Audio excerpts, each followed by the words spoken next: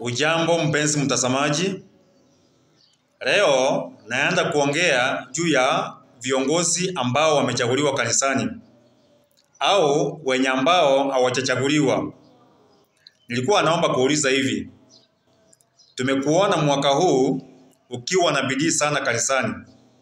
Unakuja mapema, unapanguza viti, unafagia na mambo mengi sana.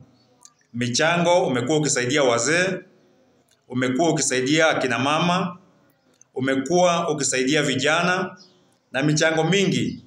Mpaka kwa makambi umekuwa ukishughulika vizuri sana wakati ukiwa kwa uongozi.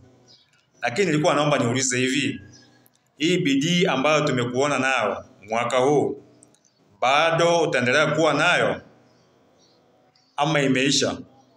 Itaisha wakati ambapo hujachaguliwa?